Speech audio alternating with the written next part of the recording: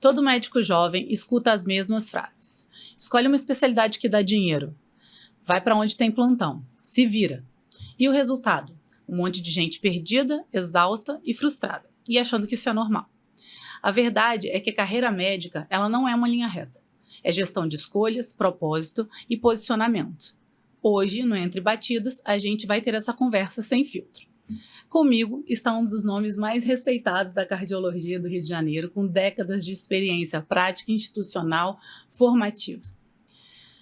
Tenho o prazer de receber aqui Roberto Meirelles, cardiologista do Instituto Nacional de Cardiologia, ecocardiografista da Rede Dora e da DASA, especialista em cardiologia e ecocardiografia pela SBC, mestre em ciências cardiovasculares pela UF, fellow da European Society of Cardiology e conselheiro do CREMERGE, responsável pela Câmara Técnica de Cardiologia. Alguém que vive medicina de forma real, forma médicos e enxerga o sistema como um todo. Roberto, vamos começar bem do começo, tá? O que ninguém te contou quando você estava se formando, mas você queria muito ter ouvido olhando para trás? Olá, primeiramente agradecer à doutora Juliane pelo convite, essa iniciativa incrível, ela é também uma médica incrível, que faz um trabalho excelente na arritmologia invasiva, mas principalmente por estar trazendo informação de qualidade para as pessoas, divulgando aí nos podcasts, no YouTube, isso é importantíssimo. Com certeza, tem muita coisa que a gente se forma que deixou para trás, talvez passar um pouquinho, né? Eu acho que o principal seria o médico ele já ter, quando sai da faculdade, alguma experiência em empreendedorismo, alguma experiência em gestão, alguma conscientização de não embarcar em determinadas ondas que a gente tem visto muito hoje em dia, como, por exemplo, você constrói uma imagem, de repente, sem ter uma formação técnica, sem ter uma bagagem, uma experiência, um acompanhamento de outros profissionais médicos também, estágios, e já sai fazendo uma determinada coisa, como a gente tem visto aí na suplementação, como a gente tem visto, às vezes, em áreas de estética, entre outros, e já passa a fazer isso, muitas vezes se anunciando como algo que você não é. Então, a medicina é tão ampla, a gente tem tantas oportunidades, tanta coisa para fazer, e às vezes a gente saiu ali da faculdade até muito bem formado, isso é uma coisa que a gente vai falar mais para frente também, mas que muitas vezes você poderia começar com algo mais sólido, mais sedimentado já na sua carreira, e você quer arriscar, experimentar algo que às vezes não é nem reconhecido, regulamentado, e pode te causar problemas também. Eu acho que seria o principal. Quando a gente sai, né, assim, eu falo que o médico, eu acho que ele passa tantos anos estudando, a gente forma para poder virar médico, mas a gente não sabe lidar com todo o entorno da medicina, né? Porque uma coisa são as pessoas que estão fazendo medicina e aí desde a faculdade já começam a acompanhar alguém, já tem alguém como uma referência. Outra coisa, alguém que já tem alguém na família da medicina, então a visão é outra, o direcionamento é outro, mas às vezes a gente simplesmente forma, chega no mercado e não tem muito direcionamento do que fazer. Então, eu acho que é importante a pessoa ter o cuidado de entender que nem tudo que parece muito fácil é muito bom, porque você precisa de certas bases antes, Sim. né? E qual é o erro mais comum que você vê assim, no recém-formado desde sempre? Porque você forma pessoas, acompanha pessoas em formação há muito tempo. Então, o erro maior que você vê num recém-formado, ele assumir um plantão que ele não tem condições, ele ir para uma área, dizer que ele é um especialista, que ele não é. O que você vê mais que os recém-formados acabam pecando, no sentido de até que eles poderiam ter um melhor direcionamento para ter uma carreira sólida no futuro? Eu acho que, de maneira inicial, são essas duas coisas que você falou mesmo. Seguir e já abraçar o mundo, plantões, ambulatórios, consultórios, às vezes diários, que você não tem ainda aquela base sólida, muitas vezes fazendo ou não residência médica, que a gente vai falar também sobre isso, é importantíssimo.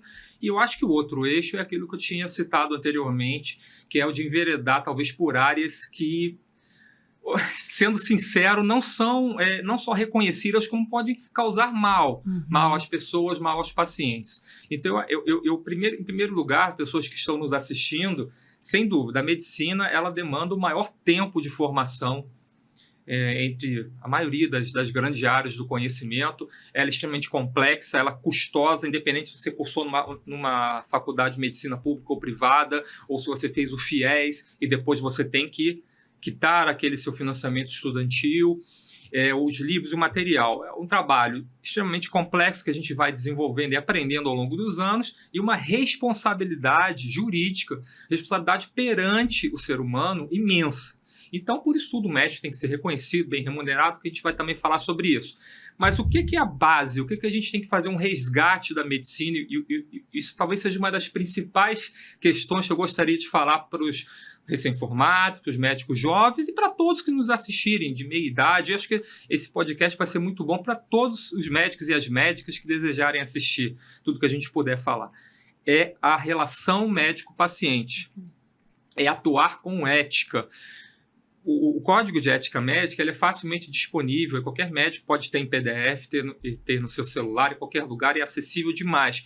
Então, os artigos principais que a gente pode citar, o artigo 1º, o artigo 32, não causar mal ao paciente, não ser negligente, imperito, imprudente, não deixar de utilizar todos os métodos diagnósticos necessários para aquele caso de determinado paciente. E como é que você, de forma basilar, consegue evitar qualquer problema com isso, ou pelo menos deixar eles minorados? Se você estabelece uma relação médico-paciente adequada, você se apresenta, você dá bom dia, boa tarde, boa noite, você informa ao paciente o que você vai fazer, eu vou examiná-lo, eu vou realizar um procedimento, muitas vezes é invasivo esse procedimento, vou puncionar, você vai levar o paciente para uma outra instituição, você vai realizar um exame diagnóstico, você vai realizar um procedimento terapêutico. Você explicou ao paciente e você desenvolve uma relação cordial com esse paciente. Muitas vezes ele vai querer ser seu paciente pela sua vida. E, a partir daí, mesmo que você não consiga resolver tudo no início, ou na primeira consulta, ou até cometa um equívoco, porque medicina tem vários diagnósticos diferenciais, depois você corrige aquilo e acerte, muito provavelmente o paciente vai estar sempre agradecido a você, porque o primeiro lugar é a relação médico-paciente cordial, ética, e tratando o paciente com humanidade, acolhendo o paciente e escutando esse paciente, seja em qual ambiente você estiver, no seu consultório, no hospital, tudo isso. E, por fim, escrevendo tudo o que você faz. Tudo. No início, no meio, no fim, uma anamnese, exame físico completo, ou o procedimento que você fez, o exame, o transporte que você fez, tudo que você fez, as orientações, o prognóstico, de forma que o paciente compreenda, você escreve, seja no prontuário físico, que é cada vez mais obsoleto, ou no que a maioria dos hospitais e clínicas usam em consultórios, que é o prontuário eletrônico, com nível de segurança pelo menos 2, você relate e deixe tudo escrito que você fez. Com essas duas medidas, além da sua formação técnica, científica, profissional e tudo que a gente já falou, mas relação médico-paciente cordial, escrever tudo, você se resguarda para o resto da sua carreira. Eu acho que a gente fala, né, óbvio que o foco é sempre o paciente, mas isso é uma forma fundamental de você também se proteger, né, de você proteger, porque ninguém ninguém não pode acontecer um erro, acontecer uma complicação. Se aquilo está relatado, se aquilo está bem documentado, você se protegeu. Acontecer. Se você tem uma relação boa com o paciente, você também cria essa relação de confiança. E uma coisa que eu vejo muito né, as pessoas entra dentro do que você falou a primeira vez. Hoje, muitas pessoas acabam de formar e não querem passar pelos passos, né? Porque eu acho que são passos. Você começar, saiu a residência, obviamente, mas se você for pegar um plantão, não pegar um plantão sozinho, sempre pegar um plantão onde tem alguém mais experiente que você, para você poder ter um respaldo, suporte de uma complexidade maior. Muita gente que sai já querendo pegar plantão, por exemplo, em CTI, e obviamente os CTI são pacientes mais complexos, então assim, essa atenção e o respeito a esse tempo que a gente tem de formação, porque realmente são 6 anos, são longos anos, e aí a pessoa sai naquela ansiedade, naquela euforia, quer salvar o mundo, né? Muitos recém-formados querem salvar o mundo. Mas acaba que, se você não respeita esse passo a passo, a maturidade da medicina, ela vem com o tempo mesmo, assim. Eu lembro, logo que eu saí da faculdade, assim, já era mais velha, porque eu já tinha feito uma outra formação, eu fiz nutrição antes, e aí eu já era mais velha, mas mesmo assim eu ainda era muito insegura. Então eu nunca peguei um plantão em que não tinha alguém perto de mim, dando plantão junto comigo, que fosse mais experiente do que eu. Não por medo, mas por respeito e por respeito à minha carreira também, né? Entender que eu precisava de uma certa maturidade. E eu fui vendo que essa maturidade foi acontecendo e foi aparecendo ao longo desses anos. Tanto que a gente chega... Uma coisa que eu penso muito é quando a gente chega na emergência, né? A emergência é um local que muitas vezes não é o melhor lugar que tem de remuneração. Então, os médicos vão ficando mais experientes, eles acabam saindo um pouco da emergência, porque é um plantão pesado, enfim, e não é uma remuneração tão boa, mas é o lugar que eu acho que é onde deveria ter pessoas mais experientes possíveis, porque é um lugar que você tem que pensar com uma rapidez absurda. E a experiência te dá essa rapidez, a experiência te dá só de você olhar para o paciente, você interpretar o que pode estar acontecendo. Isso não tem livro, não tem aula, não tem nada que vai te fornecer, a não ser ter vivido aquilo várias vezes.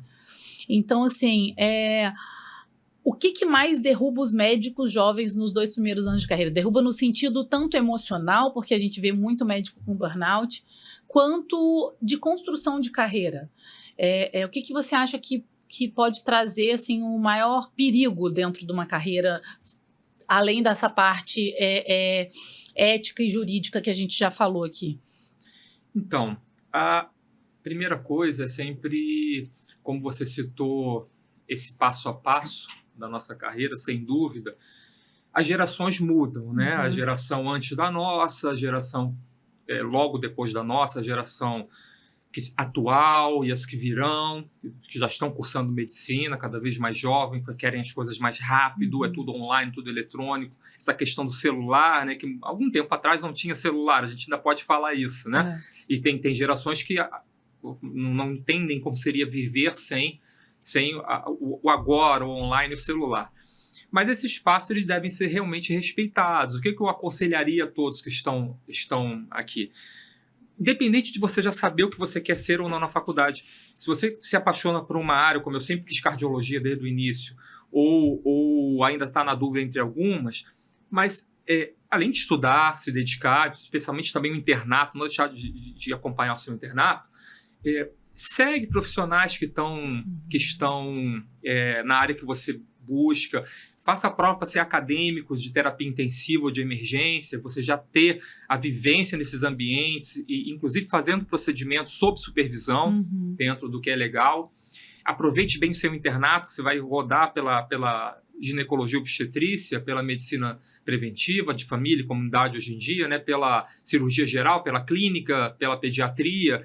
Então você já vai direcionando ali e você já sai, mesmo que você ainda demore um pouquinho, você já sai ali direcionado ao que você quer. Isso é a primeira coisa. E logo que você sair, o caminho da residência médica realmente é muito importante. Porque, às vezes, você ainda faz mais 5, 6 anos em tempo integral como a faculdade, como a gente fez aqui, clínica médica, cardiologia, aí a ritmologia, eu fiz ecocardiografia, que agora são 2 anos, né? Então, mais 6 anos, em tempo integral, 60 horas por semana, eu sei, mas você pode ir trabalhando em áreas junto com a residência ali. E aí, voltando mais diretamente para a pergunta, e sempre tentando, nesse meio termo, equilibrar a vida pessoal com a vida profissional, que vai crescendo e você está bem empolgado, você realmente vai ralar nos seus 20 anos, 20 e poucos anos, 30 anos. É hora de você, talvez, passar um pouco das horas que você faria contando a residência, mas sempre lembrando que você tem que se programar para o seu futuro, em vários aspectos, que a gente também vai conversar sobre isso, que você tem que equilibrar o pessoal e o profissional, cuidar da sua saúde mental e que não cometer o erro realmente de porque você está cursando aquilo ali, sem ter o domínio completo, você já começar realmente a querer fazer aquilo tudo e se anunciar como algo que você ainda não é. Esses são os principais erros, eu acho, que o médico comete, que podem gerar repercussões éticas, a gente vê no conselho também. E a outra são A maioria das denúncias que chegam ao conselho, isso é até bom para explicar aos médicos. Quando uma denúncia chega ao conselho, qualquer denúncia, o conselho é obrigado a agir. Então, ele abre uma sindicância. A sindicância é apenas uma investigação, uma análise preliminar. E a grande maioria das sindicâncias vão para uma câmara de julgamento e são arquivadas. Né? Quando é uma coisa mais grave, realmente vira um processo ético. Aí que se torna um processo e o médico tem ampla defesa e contraditório. E as partes também, quem denuncia também participa de tudo. Agora, a maioria são arquivadas porque ainda em sindicância, porque são querelas que a gente fala, são brigas. É briga de médico com médico, é briga de paciente que não gostou de alguma coisa com o médico, e por isso que a gente bate sempre na questão importantíssima de estabelecer uma boa relação médico-paciente, escrever tudo, se resguardar. Muitas vezes é porque houve um fato ali que irritou uma das partes, houve uma briga, e essa briga se transforma em denúncia, chega até ao conselho, tem que virar uma sindicância, mas deve ser arquivada, porque não gerou dano a ninguém, não infringiu o código de ética, foi um conflito. Mas cabe evitar esses conflitos. Então, os três, né? Não abraçar o que você não é, estar preparado, equilíbrio pessoal profissional e a relação médico-paciente como base de tudo. Você teve algum momento, assim, você obviamente é um médico que a gente vê que gosta, né, do que faz, tanto na parte ética mesmo, dentro do CREMERD, você é muito ativo, quanto na parte da cardiologia, você também é muito ativo. Mas já teve algum momento na sua vida que você teve alguma dúvida sobre a sua carreira? Olha, eu acho que é natural que todos nós tenhamos dúvidas sobre a nossa carreira. Naquele momento que você está nos assistindo aí, seja que já formado ou não, ou seja até de outras áreas, que acordou com aquela vontade de não ter acordado, de ter continuado ali dormindo um pouco. Nós somos seres humanos, muitas vezes estamos mal-humorados, muitas vezes temos alguma perda importante, voltamos de uma licença, ficamos doentes, então a gente está ali um momento de vulnerabilidade, fragilidade, e isso impacta, aquilo que eu sempre falo, respire fundo, faça pelo menos o básico dentro do que você está se planejando técnica, cientificamente, eticamente, e depois vai melhorar. Agora, assim, depois que eu escolhi, eu também fiz eu fiz um pouco de biologia antes, né? Sempre gostei dessa área, e eu me decidi por fazer medicina, entrei na faculdade, eu nunca pensei em desistir, isso nunca passou pela minha cabeça, realmente me apaixonei. Agora, durante a formação, todo esse trajeto, é natural que surjam muitas dúvidas mesmo. É por isso que a gente, até ressaltando, você está numa faculdade, ou já um boom de escolas médicas, que não é uma coisa correta por parte aí das autoridades reguladoras, e deveria haver como é que eu vou dizer, não é filtrar, mas retroceder nessas aberturas, fazer uma grande avaliação e manter apenas aquelas com adequadas condições de funcionamento. Mas, enfim, você está na sua faculdade, e é uma faculdade que oferece, desde o início, múltiplas possibilidades, além das aulas convencionais, das aulas presenciais, das aulas online. Você tem ali desde a anatomia, fisiologia, das matérias do ciclo inicial. Você tem laboratórios, então faça pesquisa, enverede pelo mundo da pesquisa, faça monitoria.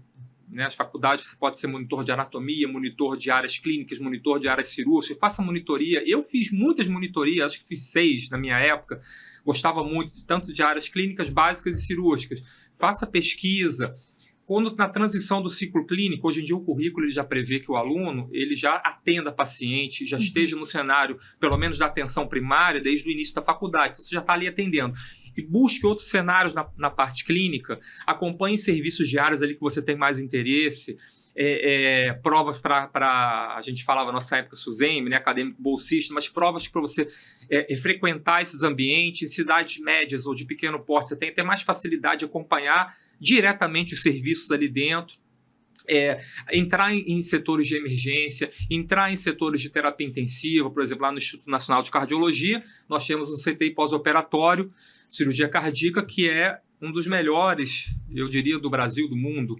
Temos a unidade coronariana, temos o CTI geral. Então, os alunos, já ali no meio da faculdade, no ciclo clínico, né? E entre essa parte e o internato, já podem estar ali aprendendo, vivendo o ambiente, examinando, né? aprendendo a avaliar exames, a fazer procedimentos. Então, toda essa bagagem que você fez na faculdade, você já sai com conhecimento e já com vontade de colocar aquilo na prática, e você, o que a gente falou da residência médica, outra coisa que eu não queria esquecer. Existem também pós-graduações boas, existe. No próprio Instituto Nacional de Cardiologia, que a gente estava falando, tem uma pós-graduação em cardiologia que é excelente. Então, você gostaria de fazer residência em cardiologia, já fez clínica médica, já está com experiência em terapia intensiva, muitas vezes em áreas clínicas, e está direcionando para cardiologia agora. Então, você vai entrar no instituto, ou vai fazer prova para terminar lugar.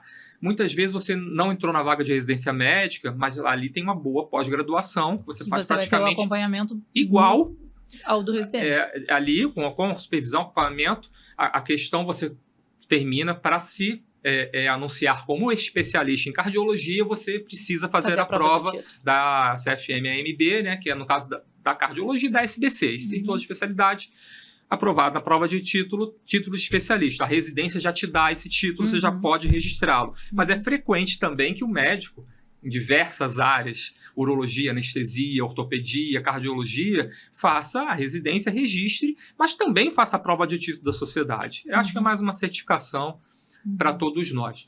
Mas, então, existem também pós-graduações boas, você tem que pesquisar sobre essa pós-graduação, a carga teórica e principalmente a carga prática seja bem compatível com um programa de residência médica, e fazer isso. Eu lembro, né, que quando eu comecei no INC, inclusive foi até uma das coisas que me levou a escolher o INC. Eu tinha passado em Belo Horizonte e passei aqui. E aí eu falei, vou para o INC porque é um hospital de 12 andares de cardiologia, não é possível assim, que exista um andar de cardiologia seja diferente de 12 andares de cardiologia. E a gente vê isso. Você vê doenças que você não vê em lugar nenhum. Sim. Você passa por cada andar é uma parte da cardiologia, né? Tem a válvula, tem a coronariopatia. Então, você vive e fica imerso em cardiologia o tempo inteiro. É completamente diferente se, por exemplo, você escolher fazer uma pós-graduação de um final de semana em que você vai ver teoricamente, não vai botar a mão, não vai auscultar. Não há comparação. Não existe não tem como você comparar a vivência de uma pessoa que passou 2 anos ali auscultando o paciente, vendo complicação, até mesmo na eletrofisiologia, na arritmia, né?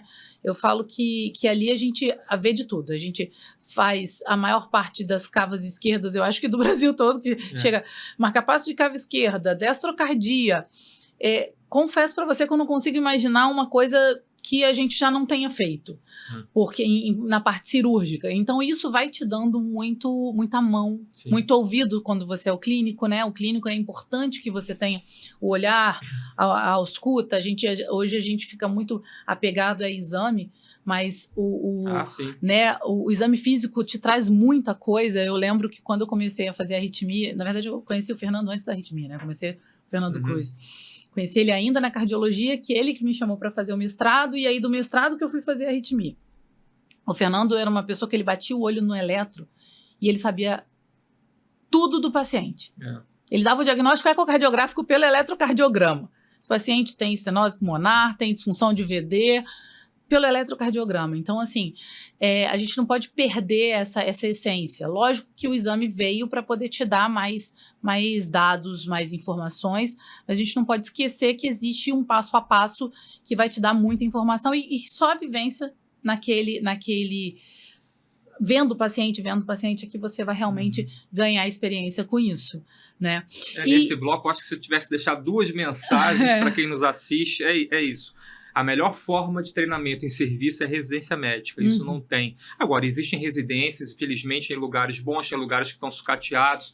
Você tem que lutar por uma boa residência médica. Nem todas são como nós estamos falando aqui.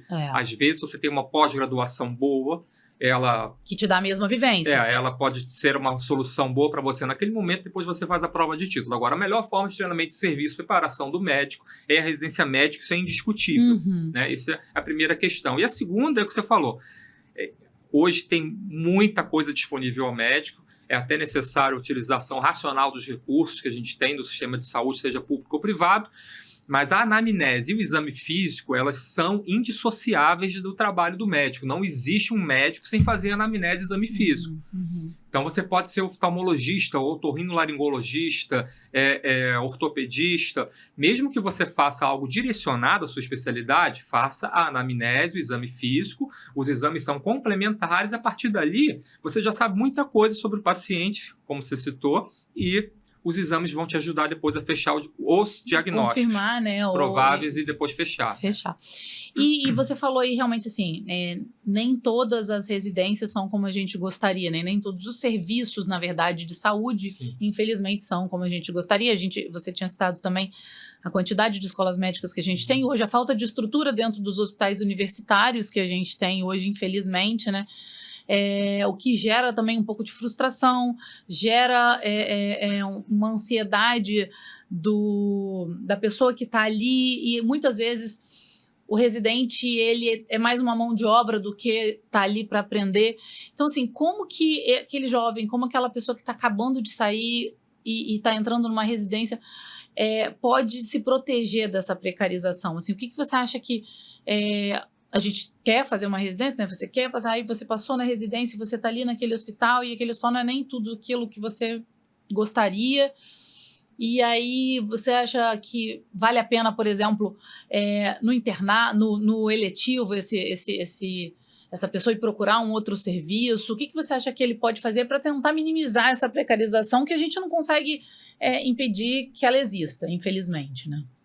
Eu acho que isso é muito importante.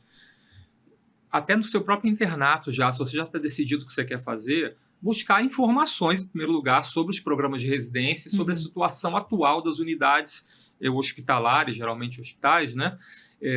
Que, por exemplo, residência em medicina de família e comunidade, você vai fazer essa residência que tem que atender o adulto, a criança, o jovem, o idoso, a mulher e a gestante naquele momento. Então, você tem que estar preparado para isso, para resolver os problemas de saúde nessa atenção.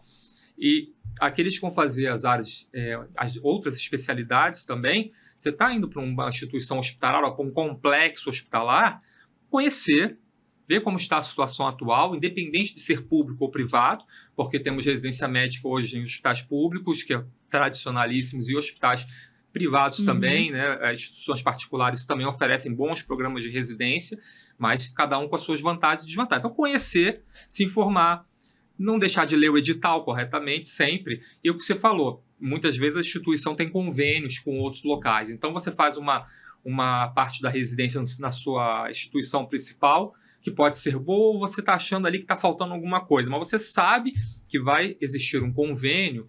No INCA, por exemplo, você está fazendo cardio-oncologia. Então, você vai ficar grande parte da sua formação em cardio-oncologia. É uma área que eu também gosto, que eu milito, eu fui pós-graduado nisso, dou aulas sobre isso, mas no INCA. Então, você vai aprender oncologia, você tem que se direcionar ali dentro e também acompanhar os profissionais. Seja no hospital, já partir para, de repente, acompanhar algum serviço de imagem, um serviço de procedimentos invasivos, seja percutâneos ou seja cirúrgicos mesmo. Então, você já seguir outros caminhos também, em equipes, em amigos que você fez ali, professores do staff, rotinas, chefes de serviço, o que seja. E aí começar a acompanhá-los dentro do possível e complementar a residência. Mas, antes de tudo, conhecer bem o programa e, claro, buscar sempre o melhor para você. É uma coisa que eu falo com os residentes, que eu falo assim, com os residentes, com os internos, né? Porque na São José a gente recebia, até o ano passado a gente recebia interno, então a gente praticamente, era uma coisa que eu gostava muito até, porque eles viviam ali dentro com a gente criava eles praticamente pra gente, porque quando eles formavam, eles acabavam ficando, eles eram absorvidos. Mas uma coisa que eu sempre falei, assim, sempre pensei, não adianta você querer ser um bom médico depois que você sair da residência. Tudo que você faz ao longo de toda a sua formação, como interno, como residente, você está sempre ali sendo observado. Sim. Você está sempre sendo aproveitado. Então, você como interno, se é um interno interessado, se você é um interno que tem aquela disponibilidade, que quer aprender, que mostra serviço, você vai ser aproveitado de alguma maneira, você já consegue os vínculos, porque o meio médico é uma coisa interessante que eu vejo, que eu acho que é uma das especialidades que em algum momento, todo mundo meio que se conflui. O interno, daqui a pouco vai virar um médico residente, esse residente daqui a pouco vai virar um plantonista, e aí eu hoje convivo com pessoas que já foram internos meus, pessoas que foram residentes meus e pessoas que hoje são parte da minha equipe, então você vai ficando. A gente se conflui, é uma especialidade que não tem... Nem queria te cortar, mas só porque isso é tão importante que você falou, porque isso tem se perdido um pouco em alguns lugares. É o encarreiramento, vamos dizer assim. Você é estudante de medicina, e às vezes você foi acadêmico de medicina na unidade de terapia intensiva, cardiointensiva do INC. Então você foi acadêmico, você foi depois interno, também pode rodar no INC, ou no hospital cirúrgico, ou no hospital de emergência, que seja. Depois você passou para a residência naquele hospital que você gostou. Depois da residência você fez um concurso, agora os concursos escassearam por diversos motivos, mas você entrou por uma seleção, seja temporária ou definitiva, e virou staff daquele serviço. Com o tempo você pode virar a rotina daquele serviço, ou algum coordenador. Com o tempo você vira o coordenador e pode até galgar degraus aí na gestão hospitalar, entre outras coisas. Então você foi de acadêmico de medicina, às vezes é diretor do hospital, na mesma instituição que você construiu a sua carreira ali. Isso é muito, muito bonito e valoroso. E a gente vê isso perder em vários hospitais. Por exemplo, Souza Aguiar, aquelas equipes de emergência que tinham nomes de grandes médicos, você ia para lá fazer acadêmico da emergência, depois você fazia clínica médica ou cirurgia geral, voltava para lá como residente de clínica de cirurgia, depois você fazia uma área especializada e estava sempre ali, apesar dos déficits estruturais, apesar da confusão, da superlotação, apesar do salário está bem aquém do que deveria, mas esse encarreiramento é muito importante, ele continuar ou voltar nos lugares que a gente não está tendo mais, né? Isso é importante tanto para o médico quanto para a instituição, eu acho, porque assim, você narrou praticamente a minha trajetória aqui no Rio, porque eu não sou do Rio, eu sou de Vitória e eu vim para o Rio, e aí eu comecei na cardiologia no INC. Eu tenho duas grandes casas que eu falo, né, que é o INC e a Casa de Saúde São José, que foram para mim, assim, minhas casas onde eu construí toda a minha carreira, exatamente como você falou, tipo, eu entrei na cardiologia, da cardiologia eu fui pro mestrado, do mestrado eu fui para arritmia, aí eu entrei no CTU do INC, até hoje eu tô há 10 anos ali, na São José eu comecei na emergência, como coringa da emergência, passei para coronária, fui rotina da emergência, fui plantonista da coronária, a rotina da coronária, a ritmologista da São José. E isso é bom para o médico, óbvio, porque primeiro que te dá um ânimo, você ver um futuro dentro da sua carreira é muito bom, mas é muito bom para a instituição, porque aquela pessoa ama aquela instituição. Aquela pessoa valoriza, tem orgulho de estar ali. Veste a camisa, trabalha, se dedica. Então, assim, eu acho que o que você falou é muito importante. Outro exemplo, você vê, não sei se ele vai assistir esse podcast, mas o Guilherme Dalcol Amorim, Guilherme Amorim, lá da Auro Valvar. Sim. Eu era residente, foi meu acadêmico. O Guilherme foi meu staff. Eu fui residente, ele era meu acadêmico. Aí eu terminei a residência e ele estava na residência. Aí eu entrei concursado, staff, e ele também entrou.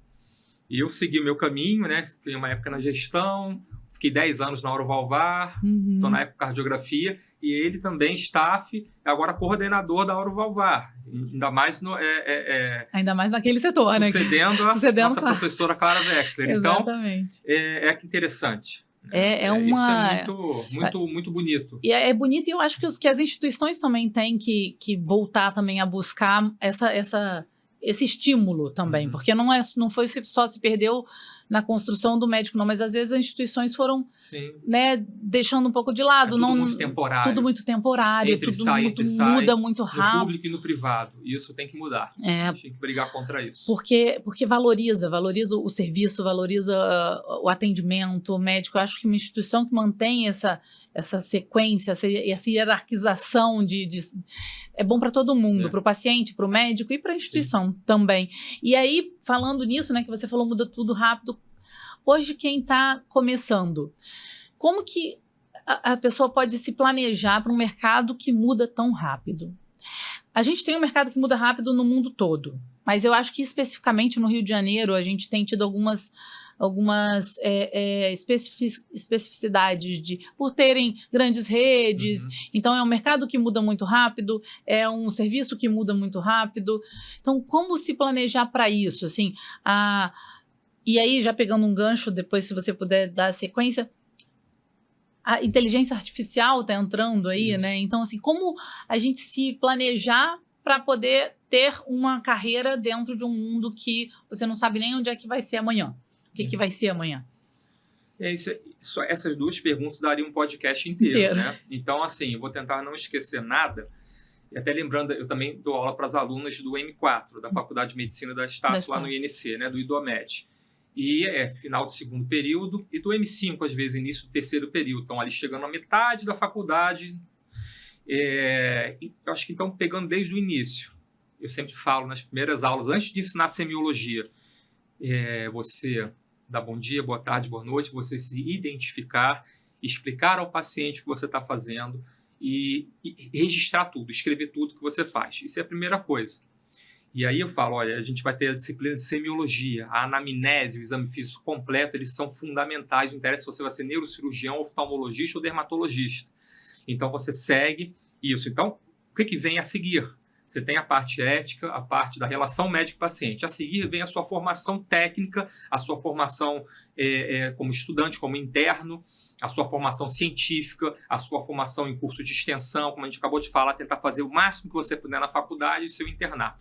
A partir daí, eu estou partindo aqui que você já escolheu relativamente a sua área de especialidade, ou sua área geral, você quer ser clínico, fazer medicina interna, ou você quer ser emergencista, cirurgião geral, trabalhar em... Você gosta de emergência, de atendimento pré-hospitalar, ou você quer ser um neurocirurgião super especializado, independente disso. Que você escolheu a sua área, ou que você está entre algumas opções. Primeira coisa, a gente vê aqui na nossa própria realidade, pessoas que não são aqui do nosso estado, por exemplo. Primeira coisa, você pode voltar para o seu estado de origem, ou você pode ficar aqui no Rio de Janeiro, por exemplo, com uma formação boa. A partir que você decidiu isso, você tem que pensar o quê? Tem a cidade grande, a capital, e tem cidades de médio porte ou de pequeno porte. As cidades de pequeno porte, algumas têm faculdade de medicina, inclusive. Já abre oportunidades também.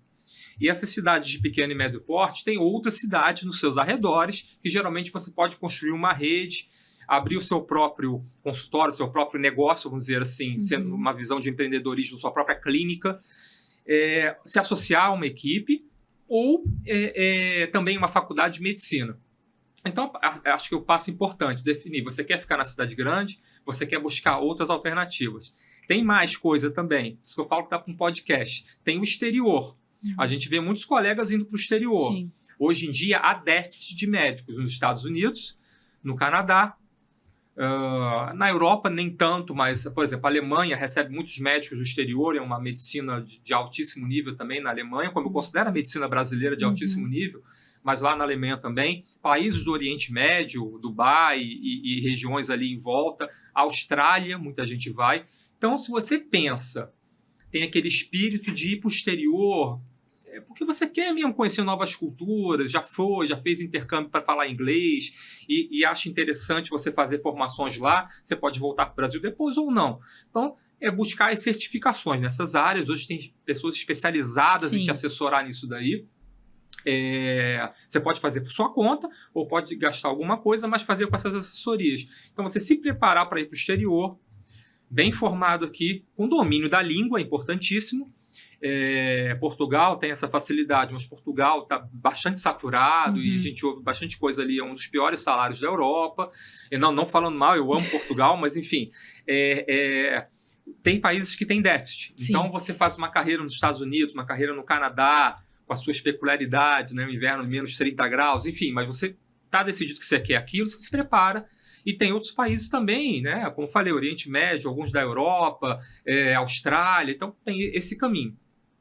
E tem esse passo, e tudo que a gente falou aqui, né? Você pode enveredar para uma área de pesquisa, junto com um mestrado e um doutorado, por exemplo, que tem determinadas posições que você ocupa, que isso vai te dar não só a distinção de seus colegas, mas também ganhos financeiros.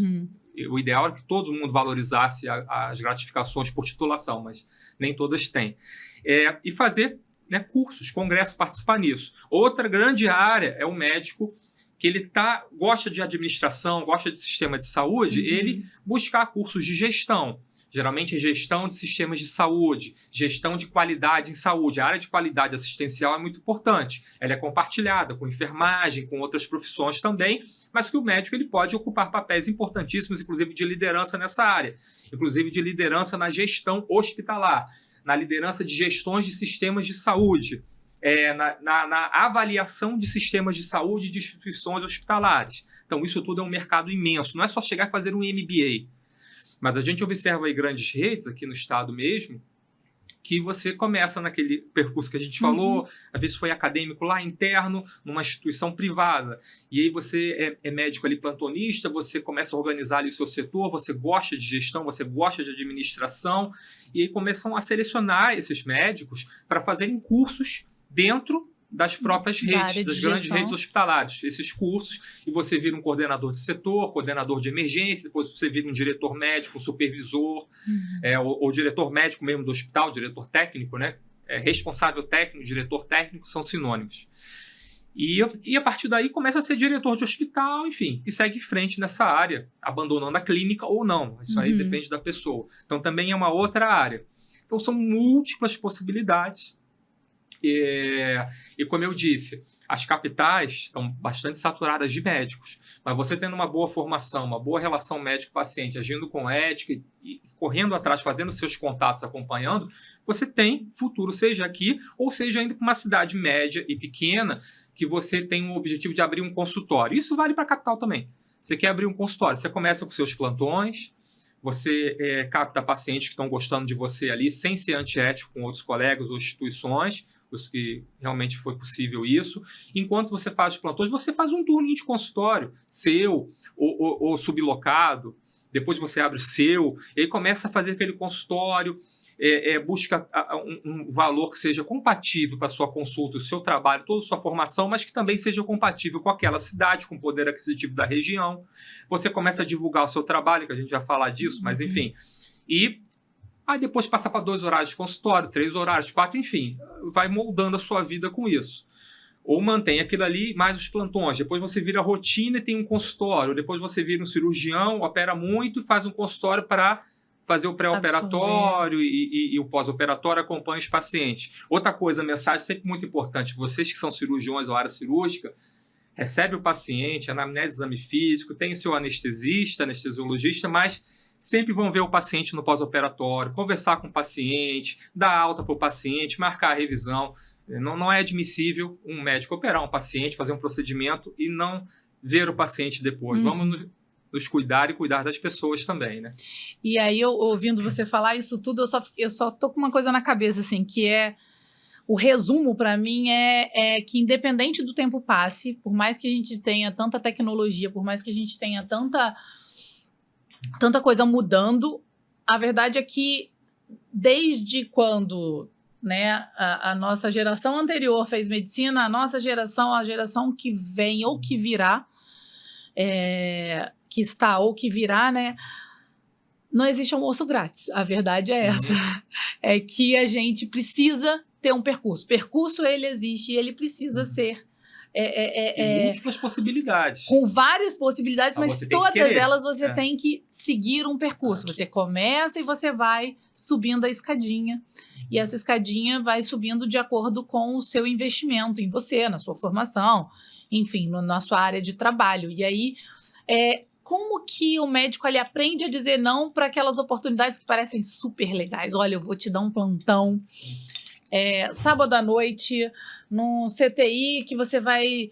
Você sozinho, acabei de formar, você sozinho vai ganhar 50 mil reais para poder dar 12 horas de plantão à noite lá em um lugar muito longe, que é só você. Sim. Plantonista. Isso, né, 50 mil reais, um salário, não existe esse salário, tá, gente? Mas é porque eu quis transformar numa coisa muito, muito forte. Mas assim, como que ele olha e fala assim, não, peraí, isso aí é bom, mas não é bom. É cilada. É cilada mesmo, entendeu?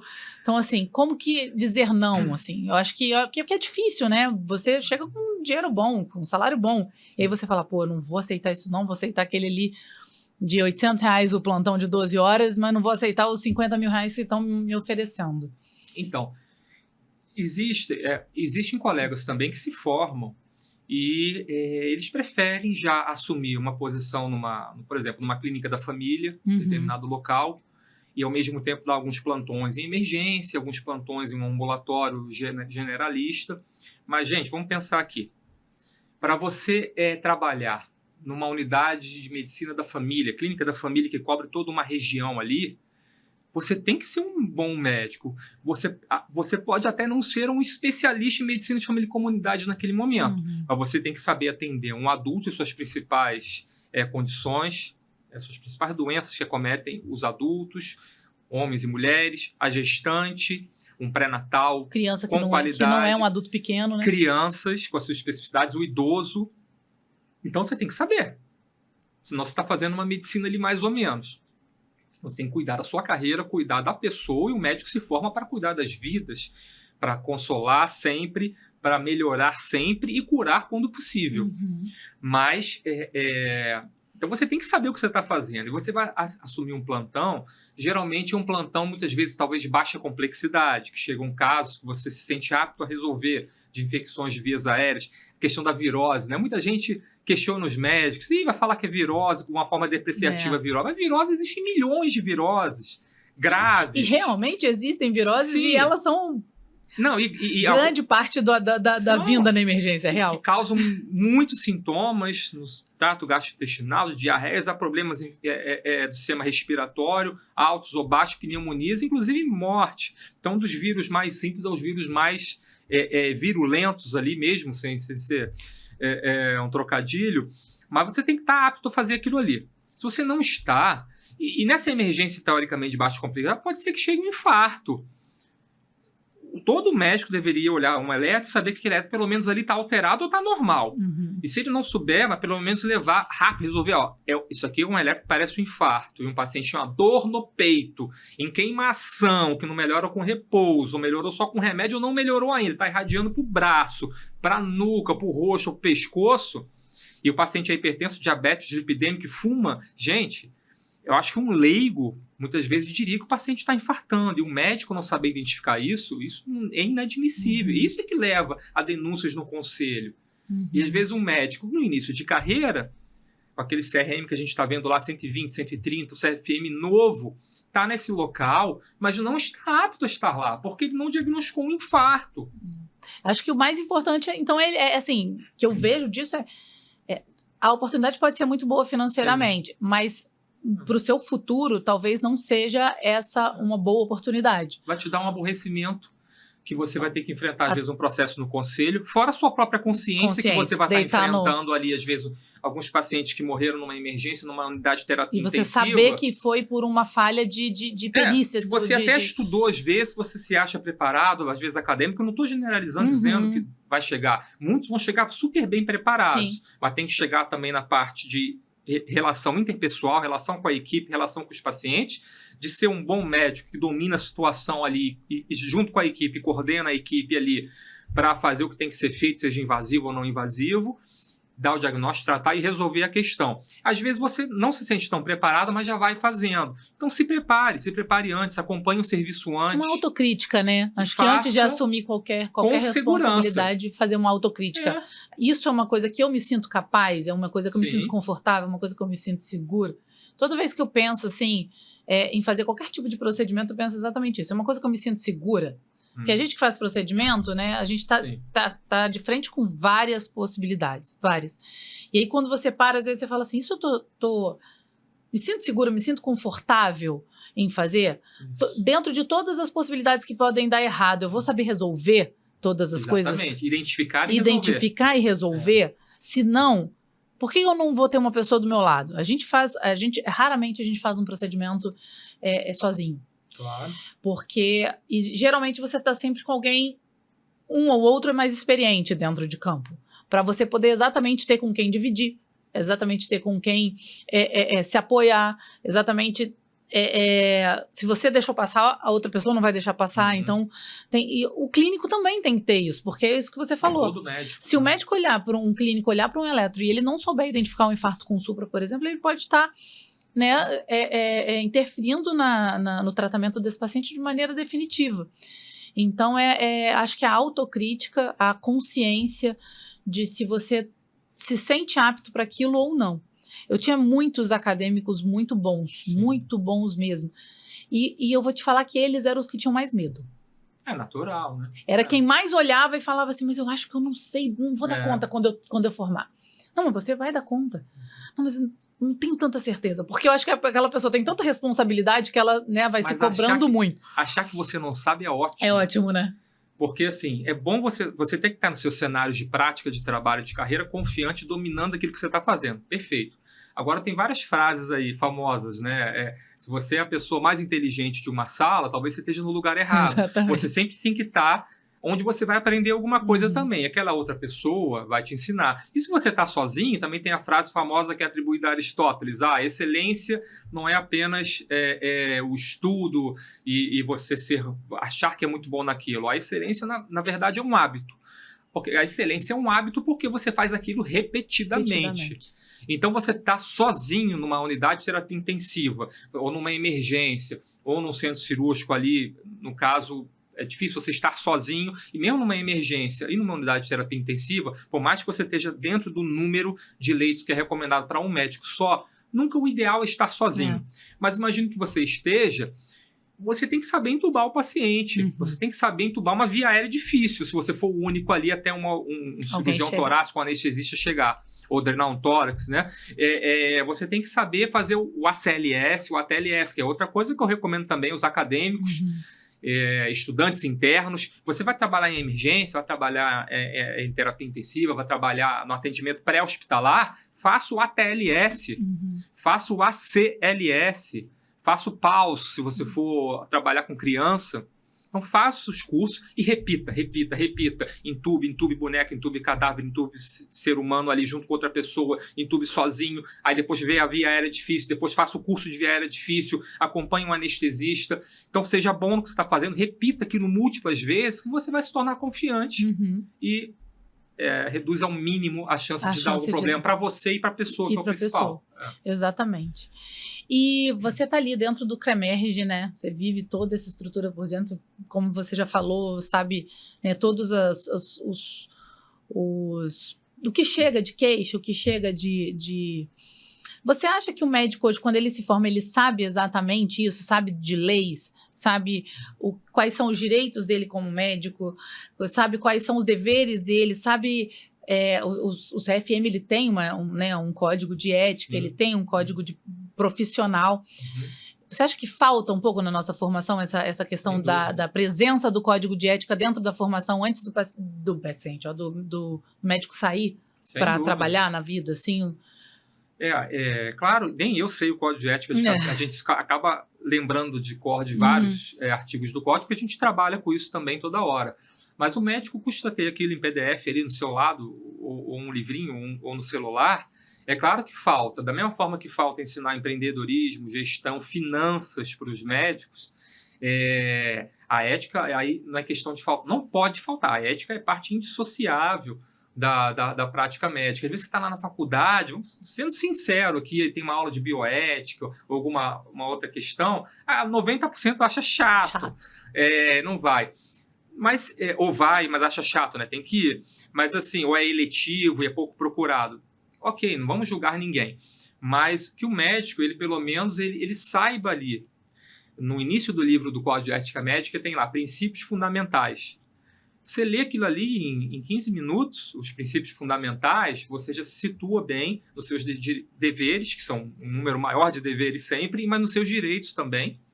E os artigos principais do código, como eu citei, de você não ser imperito, negligente, imprudente, de você usar os meios diagnósticos necessários. Tem a parte de publicidade, agora tem manuaizinhos sobre publicidade, o que você pode fazer ou não. Isso é uma coisa que a gente fala aqui um pouquinho, porque eu acho que é uma coisa interessante, já que, né, a gente está começando a entrar, o médico, acho que ele entrou mais tarde dentro desse meio de marketing, publicidade mesmo. Eu acho que é importante saber o que pode, o que não pode fazer, se você puder depois falar um pouquinho mais pra gente. Claro, isso está incluído também. Mas, assim, a gente vê, se você me perguntasse assim, o médico sai muito despreparado com isso, é uma coisa que a gente fala há muito tempo. Eu tenho até observado muitas faculdades estimulando, e a base curricular nacional também do curso de medicina, a questão das humanidades também sendo incluída, da parte ética e tal. Eu acho que ainda falta questões de, como eu digo, empreendedorismo, de gestão, de finanças para o médico, de saúde mental, que é uma coisa importantíssima, né? A gente tem que falar também em algum momento aqui do equilíbrio entre o profissional e o pessoal, de você ter aquele momento para você, e de se você identificar um momento ruim na sua vida, que você procure ajuda, vá a um médico psiquiatra, vá a um psicólogo também, ou vá aos dois.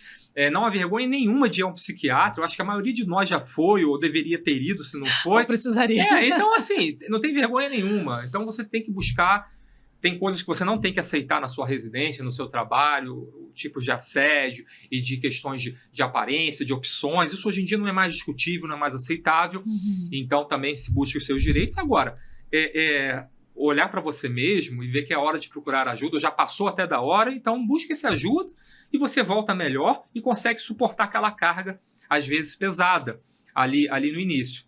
Mas só para não perder ali a linha, então o médico sair da faculdade conhecendo um pouquinho, pelo menos, do seu código de ética, os princípios fundamentais, os artigos principais, conhecendo publicidade médica que ele pode fazer, que isso é muito importante hoje em dia, e é amplamente disponível. E a gente vê faculdades oferecendo isso durante a graduação, todas têm que oferecer, na verdade. Então a gente estimula que os alunos busquem. Eu falo nas minhas aulas de semiologia, antes eu começo com a ética médica, isso que a gente já falou tantas vezes, mas que os alunos busquem isso sim, e inclusive tem provas de residência, que você ganha pontos extras, isso no Brasil todo, se você cursar aqueles módulos que os conselhos e outras associações também, a gente está fazendo cursos de ética médica e de algum tipo de planejamento de carreira profissional, pessoal. Eu fiz na Faculdade de Medicina de Valença, agora já fiz na Universidade de Vassouras também, que é até onde eu me formei,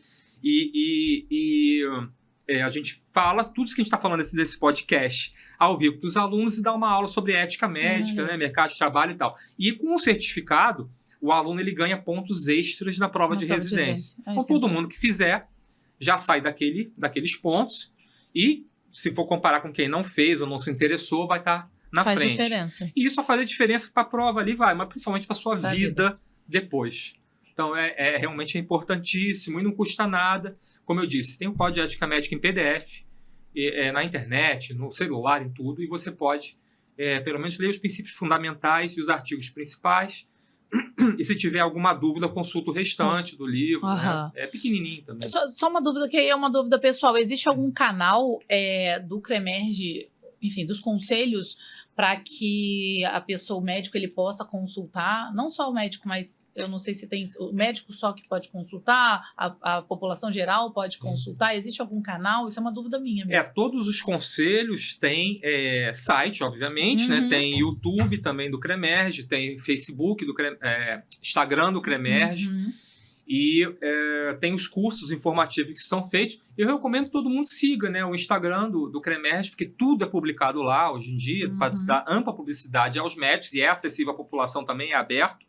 E no site tem a área do médico, fechada, para suas questões cartoriais, pessoais ali. Tem a área que são coisas médicas, mas que é acessível à população também, se tiver interesse de ler, não há problema nenhum. E até para saber, né, direitos e deveres, todas as partes têm, quem está atendendo, quem é um profissional, mas o paciente também tem direitos e deveres que deveria, né, porque isso é importante evoluir também. Como a sociedade como um todo. Porque eu acho que a gente vem, né, da construção da medicina, de que, né, do médico, que é quase que um sacerdote, né, ele está ali para servir, mas eu acho que isso a gente já evoluiu bastante, já entendeu que todos temos. O médico, ele tem direito, ele tem deveres, mas ele tem direitos também, uma profissão que deve ser, né, respeitada e remunerada como tal. O paciente, ele tem direitos, mas ele também tem muitos deveres, que muitas vezes também isso se perde, mas isso eu acho que é dentro de uma de sociedade, não é porque ele é o médico que sabe tudo, ou porque é o paciente, você tem que me dar tudo que eu preciso, que eu quero, na hora que eu quero.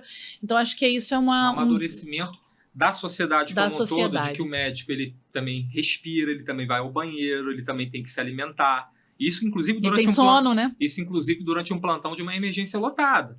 E muitas vezes, a lei de 1961, ela garante isso, que a cada 4 horas o médico tem um direito, se não me engano, a 15 minutos de intervalo. Se você ficar, então, um período maior que esse direto, você tem, por lei, direito a repouso, a descansar.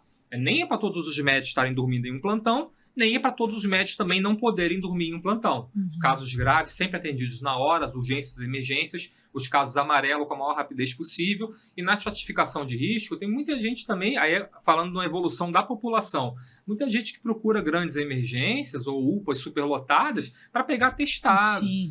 Porque de madrugada vai estar mais vazio. E aí o médico tinha que estar dormindo sim naquela hora. Por quê? Porque ele tem que estar recuperado pouco tempo depois para atender outros pacientes. Um caso grave. Graves ou de gravidade intermediária ou muito graves. Né?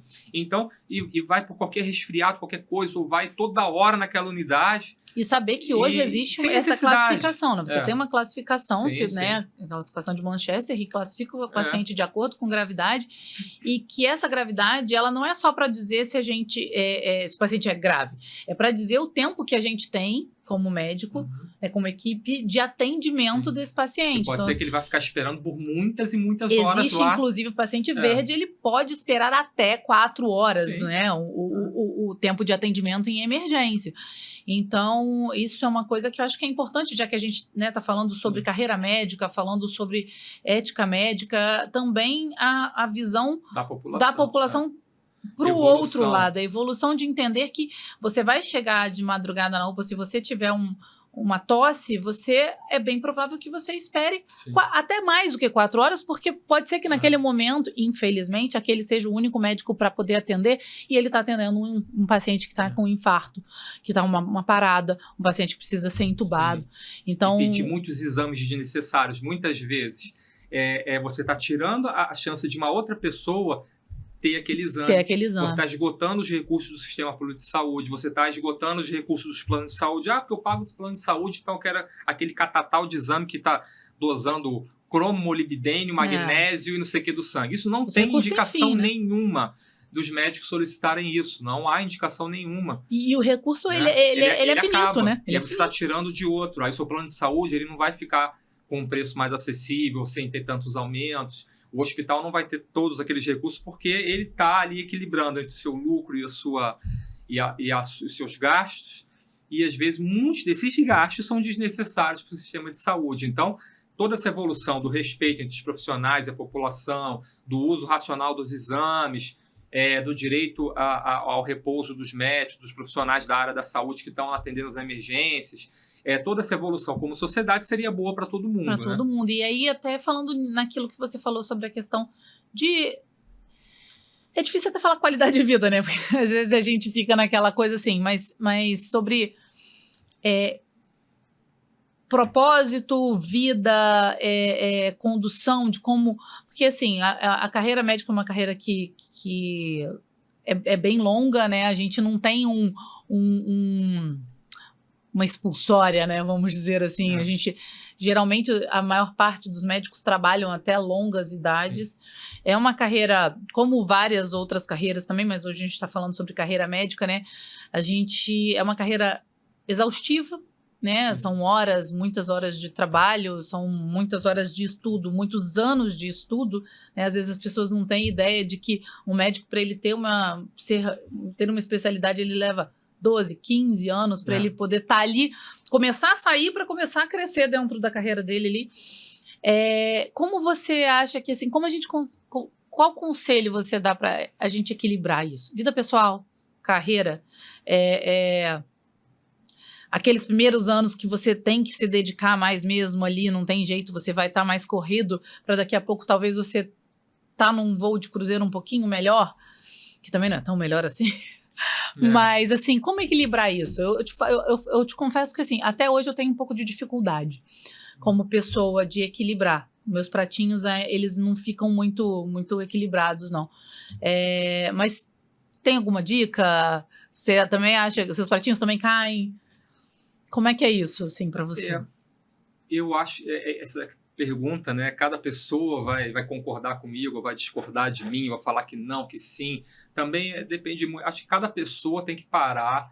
Porque essa parada, que eu digo parada, pode ser às vezes por 5 minutos, 10 minutos, 15 minutos ou meia hora ali no seu dia, para você planejar o seu dia, para você planejar a sua vida, para você planejar como é que você está se sentindo. E de vez em quando você planejar a médio e a longo prazo também, né? Isso com certeza. Eu acho que hoje em dia, assim, como eu tenho uma vida um pouco diferente agora, até pelo CREMERGE também, eu diria que meus pratos estão equilibrados, né? Mas assim, eu fiz 48 anos esse ano. Eu sou meio novo, mas também não sou... É um novo, mas com longo tempo de carreira. Mais novinho, né? Até os 30 anos, assim, né? Dos 30 aos 40, você vai crescendo e vai entrando no auge da sua carreira, 40, 50 e tal. Hoje em dia, você quer estar bem aos 60 anos, aos 70. Então, a gente vê ainda muitos médicos, né?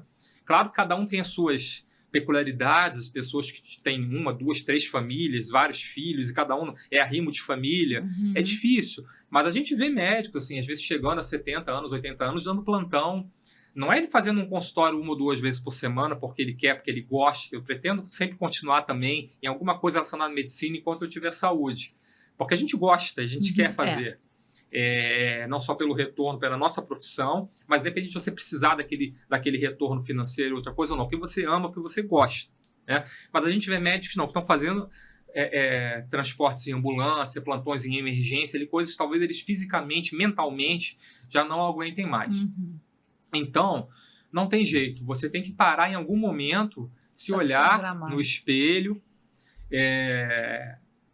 marcar aquele encontro com você mesmo ou com você mesma e realmente pensar, a minha carreira está... Muita gente faz curso para ensinar isso, mas acho que toda pessoa, né, se ela não tiver num momento muito ruim fisicamente ou de saúde mental, primeiro resolve isso, cuida da sua saúde, mas aí tem aquele encontro com você mesmo.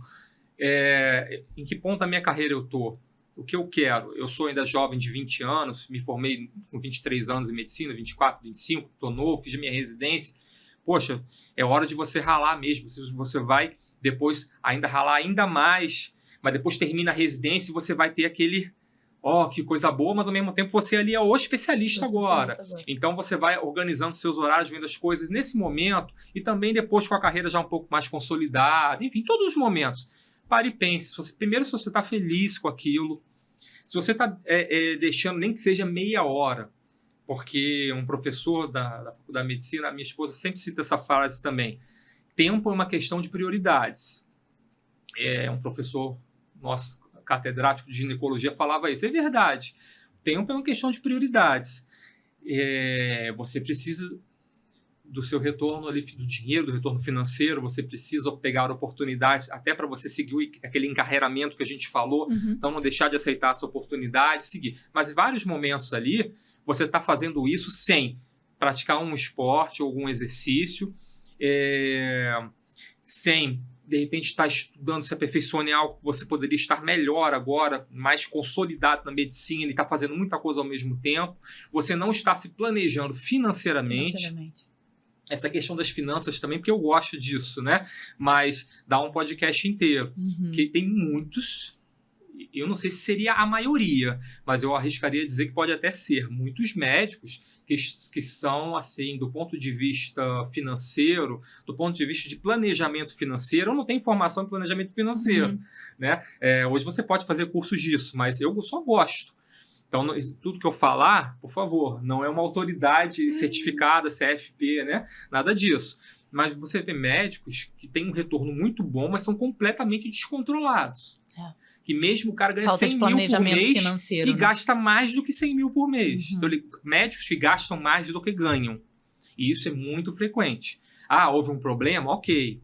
Houve uma separação, houve uma nova família, houve uma doença, a gente sabe. Mas não é isso, é no normal, no dia a dia. Médicos, então, que estão completamente descontrolados. Você vai criando uma nova realidade de vida que talvez a longo prazo você não vai conseguir sustentar, né? Sim, vai te prejudicar. Você não precisa ter uma vida muito bem sucedida e ser um profissional muito bem sucedido, que eu tenho certeza que todos que estão assistindo aqui serão.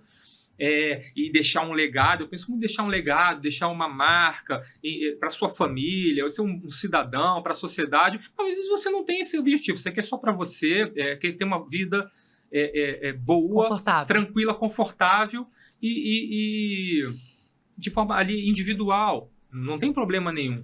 Só que nessa conversa sua com você mesmo, eu estou fazendo um exercício, eu estou me alimentando bem, e os médicos, pior ainda, que sabem. O cara fuma, está obeso, não controla bem a pressão, não chega nem a esse ponto. Mas o médico sabe que está se alimentando mal. Então, tentar comer um pouquinho melhor, tentar dar um tempinho para ter uma refeição, pelo menos quando você terminou a residência ali, alguma coisa assim, ou até na própria, né? Você tem os horários ali para tudo. Você praticar o exercício físico pelo menos 30 minutos, quanto mais melhor, né? E com regularidade. E você, primeira coisa, não gastar mais do que você ganha. Eu acho que o residente, eu acho que o médico que terminou a residência, eu acho que o médico de 30 anos, de 40, enfim, e que seja, todos que estão assistindo, acho que vale para todas as idades, tem que viajar sim, tem que ir aos congressos junto com uma viagem, ou viajar de lazer. Comprou seu carro ali, beleza. Lembrando que tudo que você compra, aquilo ali não é um bem que você tem, aquilo está depreciando com o tempo, então é gasto. Mas se é útil para você, ou se é um desejo seu, perfeito, realize esse desejo. Tem o carro, tem as viagens, até durante a residência, com seus plantões, com tudo. Agora, gente, não gaste mais do que ganha. Não fique descontrolado no cartão de crédito. Pagando juros de cartão de crédito rotativo, parcela. E além disso, junte alguma coisa. Separe 10% do que você ganha, separa 20%. Não é nada complicado você começar a fazer. Você faz um CDB de um banco que pague uma taxa de retorno boa, acima de 100% para você, hoje em dia, né, dependendo dos juros. Junta aquele seu CDB para uma reserva de emergência e o restante faz um plano de previdência privada, se tem vantagem do imposto de renda, ou compra ações de empresas muito sólidas que vão te pagar dividendos o resto da vida, só compra, não precisa se preocupar com aquilo. Quanto mais você tiver número de ações, mais dinheiro você recebe de dividendos, juros de capital próprio. Isso também daria uma aula. Mas, enfim, é isso. Saúde mental, saúde física, faça os seus exames preventivos, dos homens, das mulheres, tenha um tempinho para o exercício, se alimente bem. E não é nada demais isso, acho que todo mundo quer isso, então faça. E um planejamento financeiro básico, mínimo, não gastar mais do que ganha, não se endividar com coisas inúteis, realizar os seus sonhos, mas com um pouco de pé no chão, e também guardar uma parte do que você ganha para a sua família, para o seu futuro, independente de você ter uma família grande, pequena ou ser você, né? Uma reserva de emergência, uma reserva de médio e longo prazo, e aí pode se discutir em que, né, você faz. A gente poderia, como você falou, a gente poderia ficar falando aqui, né, muito tempo, mas daqui a pouquinho a gente já está chegando para o final. E é uma coisa que eu acho que é uma coisa muito interessante da gente discutir, que é a questão de posicionamento, né? Sim. Posicionamento médico, principalmente marketing, rede social. Você acredita que o médico ele precisa no sentido de que hoje, né? Hoje a gente vê um boom de produtos gerais, não só médicos no Instagram, no TikTok, enfim, todas as áreas, assim, as redes sociais.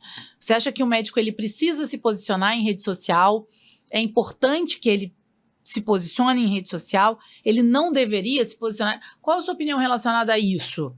E aí depois eu vou querer saber assim, o quanto disso é permitido dentro do conselho, o quanto não. O que não é permitido, o que é permitido. Não, a resposta clara e direta, ainda mais para os tempos atuais, sim, precisa se posicionar. É obrigatório? Não. Você não se sente confortável, você não gosta, de repente você chama alguém para te ajudar. Muitas vezes, até para quem gosta, é importante ter uma assessoria, mas independente disso, é importante sim. Você quer divulgar o seu trabalho? Você tá numa grande cidade, você é plantonista, como a gente vê nos nossos residentes ou em outras especialidades também. Você é plantonista de uma grande rede hospitalar, existe muita concentração, né, de redes hospitalares, isso não é muito bom para o médico, mas você, como a gente já falou antes, tem muitas opções na carreira. Então você está se dedicando ali, você abrir um consultório. Mostra o seu consultório, mostra como ficou bonito, veja o seu como ficou bonito, né? A sua clínica lá com o Gustavo e os colegas que estão lá. como ficou bonito, como você sentiu prazer em fazer aquilo, como deu trabalho e gerou um resultado tão bom aquilo ali, você vai se dedicar e as pessoas agora estão sabendo, e as pessoas estão sabendo onde que é, as pessoas estão se sentindo acolhidas ali, e é claro que aí eu não sou especialista em marketing, longe disso, mas você vê algo bonito, uma pessoa que você confia é bom, você quer ir. Então, geralmente, você vai numa ritmologista, você precisa ir. Mas, às vezes, você quer ir e você, quer ser avaliada de forma cardiológica ali, porque você também é cardiologista. Então, fazer uma consulta de cardiologia, que é importante para várias pessoas e para várias idades. Então, você se anuncia. Você vai para uma cidade aí média ou pequena. Muitas vezes, a cidade pequena você chegou, já rodou o boca a boca ali que você está lá, que está vindo uma coisa nova. Às vezes, tem resistência dos profissionais que estão lá, às vezes de forma até antiéticas, às vezes não. Ou às vezes tem, mas aquilo não vai te impactar muito, varia muito. Mas independente disso, tem o boca a boca positivo, às vezes pode ser essa resistência aí dos que já estão há muitos anos, mas aí por que você tem que anunciar ali a sua formação, anunciar o seu consultório? Porque aí você, além do boca a boca, vai chegar de repente às cidades próximas ali, às cidades em volta. Então você se torna referência numa cidade pequena, numa cidade média. Você entra numa equipe, você também está parte daquela equipe. Aquela equipe vai te anunciar, vai te mostrar que contratou agora a doutora Juliane, que é uma ritmologista invasiva super bem formada do INC, com titulações várias, e que não só titulações, com prática, com experiência. Então, os pacientes, a população daquela região toda vai estar bem assistida, e aí você se torna referência daquela região. Você precisa fazer procedimentos mais complexos, aí você encaminha para a cidade maior, de médio porte, ou até para a capital. Mas existem polos regionais, né, de cidades de médio porte, mas cidades, eu diria até que são grandes, mas não são capitais, que se tornam polos regionais. E você trabalha no polo regional, você trabalha na faculdade de medicina, você dá aula, você faz seu atendimento clínico, faz exames, ou você faz seus procedimentos cirúrgicos, se torna referência naquilo ali e recebe paciente de todos os locais. E se você tem uma formação boa, você tem mesmo que mostrar. E claro, você tem uma formação que você ainda está em construção, ou você ainda não obteve o título de especialista, no caso, fez uma pós-graduação ou um curso, mas que dá direito a você prestar prova. Então preste, vale a pena. E aí a gente entra na parte do que pode e que não pode da publicidade médica. Uma das coisas mais frequentes que eu vejo errado, assim, o médico ele tem que se anunciar, ele tem que se identificar. Então a identificação e o CRM do médico. Isso tem que estar em todos as mídias. A gente não vê isso quando é um anúncio. Às vezes eu estou botando um negócio no meu Instagram, que não tem, um reel, é alguma coisa, mas não é um conteúdo de anúncio, publicidade médica. Mas se for conteúdo de publicidade médica, ou qualquer explicação que você queira dar, ali sua identificação, seu CRM e seu RQE. Que você é especialista sendo residente, terminou a residência, ou fez prova de título, ou terminou a pós e tem que fazer a prova de título, ele faz. Você registra no conselho, porque aí, se chega uma denúncia no conselho, mas esse médico aí ele nem é especialista nessa área. Não, sou sim. Você tem a pós, você tem o diploma, tem a prova de título, tem tudo certinho, mas tem que registrar no conselho, porque tem um número. E isso, pela normativa do CFM, existe um manual de publicidade médica. Também é fácil, você digita no Google e PDF lá, aparece, foi feito pelo CFM, tem conselhos regionais também que fizeram. O manual de publicidade médica é pequenininho, você pode ter em PDF também, que te diz tudo que você pode e não pode fazer. Tem dúvida, consulta ali. Mas o básico, sua identificação, CRM. Aí você tem especialista em cardiologia e eletrofisiologia invasiva. Bota lá os 2 RQEs. Tem uma área de atuação, cardiologia e ecocardiografia. Eu posso botar que eu tenho RQE de clínica médica. Eu fiz residência em clínica médica, em cardiologia. Também fiz prova de título, mas enfim, tem os 2. E tem uma área de atuação, que é a ecocardiografia. Então eu boto lá junto. É isso. Uma coisa muito importante, você não utilizar propaganda abusiva ou excessiva. Eu sou o melhor nisso, ninguém faz o que eu faço, só isso. Você não colocar, obviamente, questões que não são reconhecidas pela sociedade médica, pela ciência. Você não colocar práticas que violam... protocolos que não são validados, que né? Não existe, ou que até pode causar mal. Negócio de testosterona aí, não existe indicação de testosterona. Não existe para performance, entendeu? A gente sabe que a pessoa quer ficar definida, forte, com todo respeito ao halterofilismo e todas as práticas ali, mas isso, médicos de todas as áreas, de ginecologia e endocrinologia, que estão fazendo prescrição de hormônio, testosterona, e com o RQE, são especialistas naquilo. Os médicos sabem que estão fazendo errado. Uhum. Existe posicionamento das sociedades, do conselho, que está fazendo errado. A indicação de testosterona é para quem tem déficit. Uhum. Acabou. A performance, ficar forte, você vai ter também hipertrofia do músculo do coração, vai ter hipertrofia de outras partes do corpo, vai ter hipertensão, pode ter câncer, pode ter AVC. A gente tem visto gente morrendo por causa disso. Não pode. Não tem indicação de dosar testosterona em mulher. Não existe nível, não tem porquê. E nem indicação de prescrever testosterona na mulher. Ah, tem sim desejo sexual hipoativo. Tá bom, isso é uma coisa que acontece, mas muitas vezes a mulher está com desejo sexual hipoativo por milhões de motivos. Não é que ela tenha essa síndrome. Isso deve ser bem... Eu não sou ginecologista, mas bem restrito. Então, não tem porquê. E está todo mundo fazendo. Então, às vezes, até o certo, o que botou lá o nome, o RQE e tal, mas ele está fazendo práticas erradas. Que não são, não são práticas... Você pode também informar o endereço do seu consultório, lógico. Antigamente tinha muita regra que restringia. O código estava muito ultrapassado. Então, o próprio Conselho Federal de Medicina, com o apoio dos regionais, como aqui do CREMERGES, ele modernizou demais. Por isso que tem esse manualzinho de publicidade médica, PDF, você tira todas as dúvidas, né? Você pode botar o seu endereço, onde você atende, a sua especialidade. Agora, bota seu nome, CRM e os RQEs. Isso é o básico para não errar. Não fazer propaganda enganosa, abusiva ou de procedimentos proibidos. Eu acho que isso é o básico. Antes e depois? Antes e depois pode. Está liberado também. Aqui. A única coisa que se pede para o antes e depois é que tenha, por exemplo, você fez um procedimento estético. Quando você está anunciando o antes e depois e mostrando o resultado do depois, porque a medicina, de forma geral, ela não tem obrigação de resultado. Cada ser humano é de um jeito. Responde eu posso diferente. Prescrever, tratar uma arritmia em alguém, ela não responder bem, tem que mudar a medicação, tem que fazer várias ablações, vários procedimentos, e mesmo assim, às vezes, não resolver. E isso não está errado, não é erro médico, não isso faz parte das doenças e existem complicações passíveis do procedimento. Até é bom lembrar isso, nunca esquecer de fazer os consentimentos. Consentimento informado, o consentimento antes da cirurgia, o cirúrgico e o anestésico, são separados os dois. E se você tem um consultório, muitas vezes, ainda mais um consultório particular sem convênio nenhum, se você tem convênio, tem contrato com os planos de saúde que deve ser cumprido, se você se livrou desses planos de saúde, e que eu recomendo a todos, buscar ter o seu consultório particular, valorizar o ato médico, a consulta, e essa consulta você faz um contrato com o paciente, né? Se ele terá direito ao retorno ou não, caso não tenha sido tudo resolvido na primeira consulta, ou se as consultas serão, todas subsequentes serão cobradas. O que está escrito, o que está acordado entre as partes e assinado, não está errado. Então você evita problemas com isso, né? E fazer os consentimentos. Mas, aí voltando, é só para não esquecer essa parte. Da publicidade... Do antes e depois, você te falou que o depois ele é muito você específico. Acaba tendo uma obrigação de fim, porque o narizinho ficou daquele jeito ali.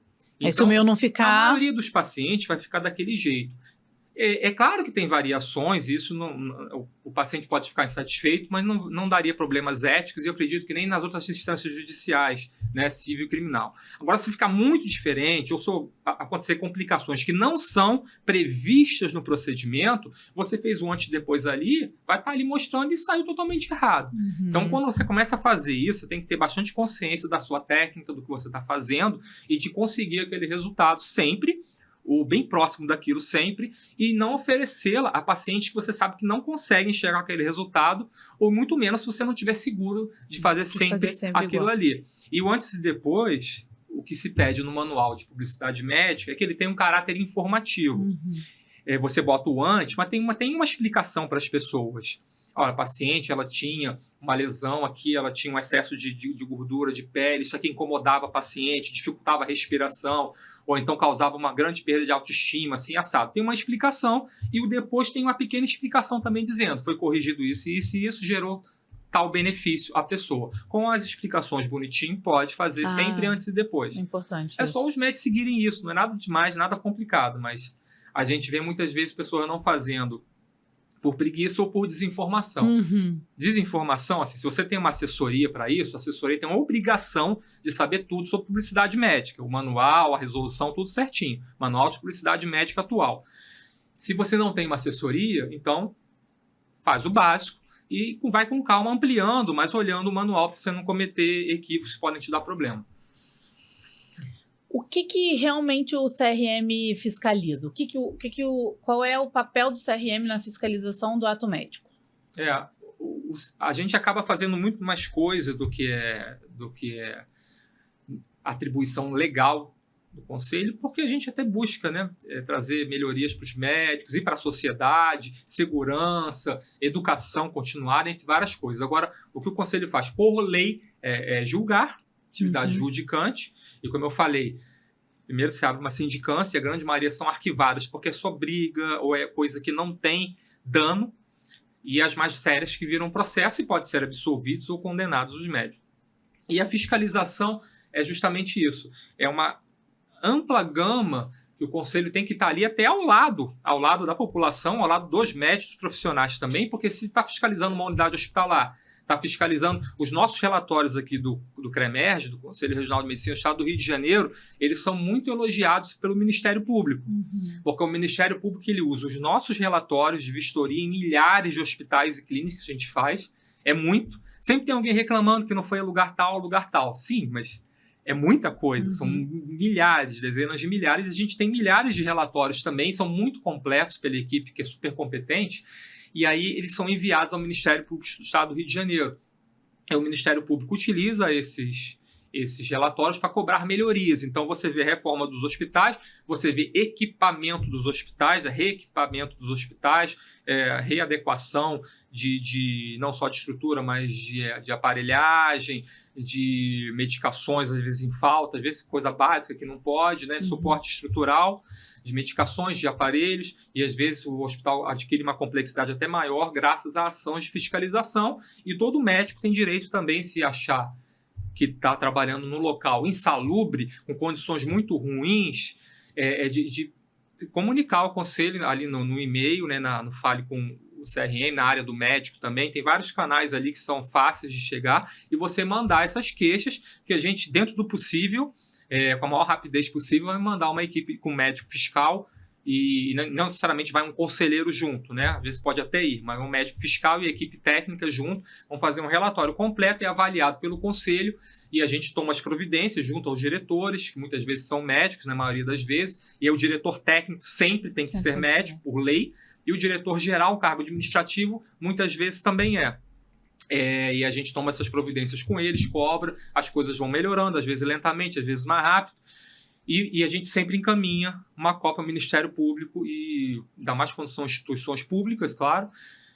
O Ministério Público também muitas vezes faz as diligências que ele julga necessárias, e muitas vezes até procedimento investigativo e inquéritos ali que vão, às vezes até com convocação de gestores, de autoridades da área da saúde, para terem que ir lá responder sob pena de punição, né?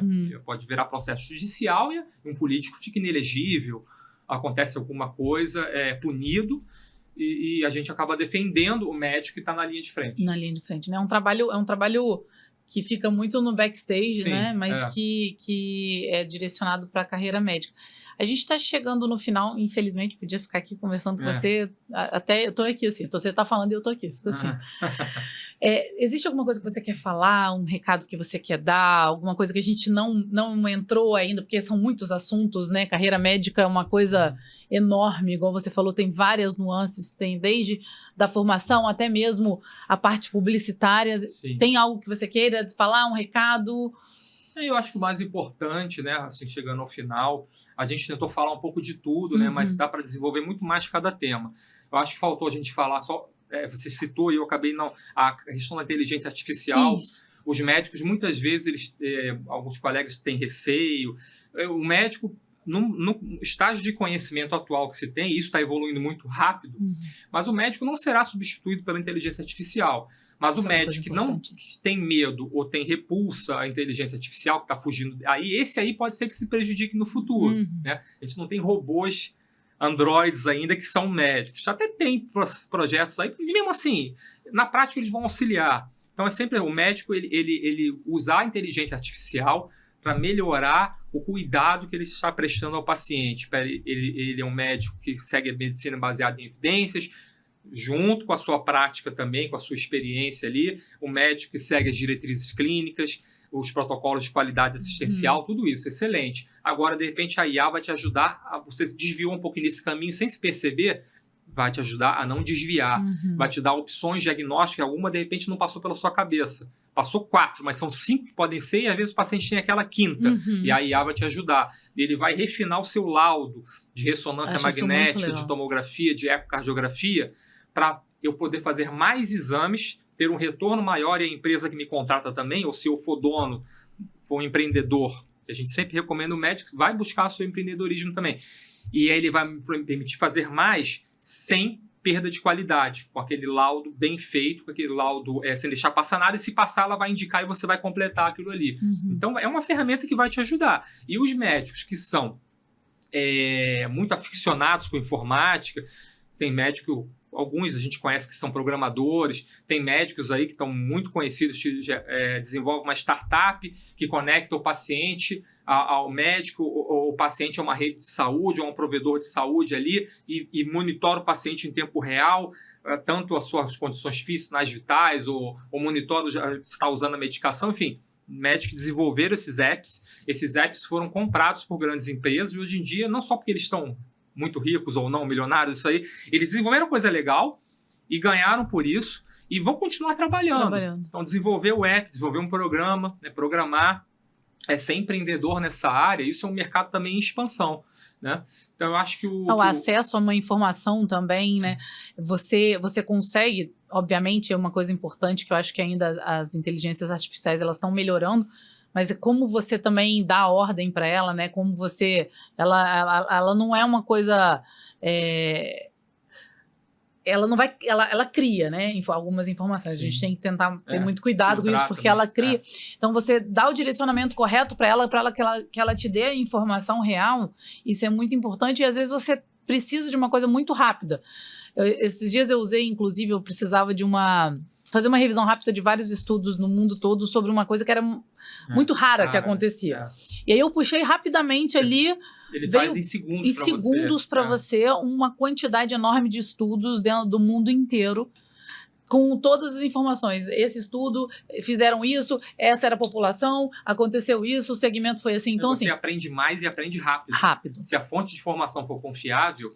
né? Você vê da onde ele buscou ali, porque ele dá da onde ele está buscando. Se é de periódico, se é do PubMed, se é de fonte confiável, então você está tendo um resumo ali bem feito, rápido. E aprende mais e melhor e mais rápido. Exatamente. Né? Eu acho que a gente não tem que ter medo, acho que o que você falou é verdade. A gente não tem que ter medo, a gente tem que usar como nosso aliado.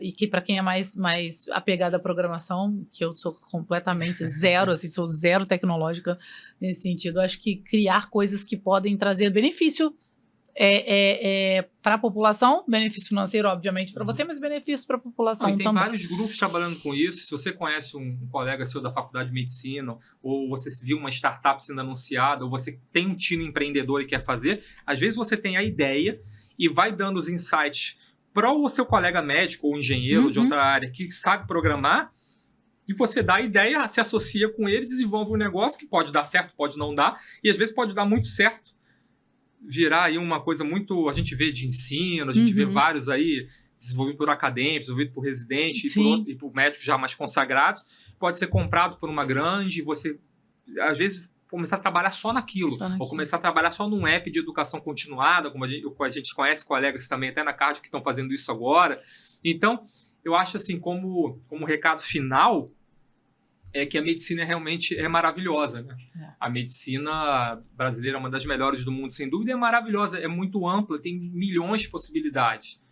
O que eu acho que são aqueles eixos que a gente falou que você não pode deixar de fazer. É aproveitar muito a sua faculdade, as oportunidades que ela dá de estágio, de monitoria, de pesquisa, de estágio em emergência, CTI. É você buscar sempre aproveitar o seu internato, que é muito importante o tempo todo. Vai fazer curso de pré-residência? Eu não vejo problema, não. Eu encarei o curso de pré-residência médica como um curso de revisão geral do curso médico, de estar me dando mais conhecimento, além de tudo que eu já estudei nos 6 anos em tempo integral. Então, você fazer o seu internato, estar presente o tempo todo no seu internato, nas 5 grandes áreas ali, cumprindo a carga horária e aprendendo, entrando no serviço encostando nos pacientes, né? Examinando, fazendo anamnese, entrando no centro cirúrgico, pediatria. Então, você fazendo seu internato e estudando para a prova de residência, usando aquele curso para te ajudar nisso e ter mais conhecimento. Nesse ponto eu acho válido. É um horário só que você vai fazer aquele curso, o resto está no seu internato. Depois, você busca residência médica. É importantíssimo, você vai ter oportunidade na residência, você vai sair um bom profissional. E a partir daí, como eu disse, a medicina tem muitas oportunidades.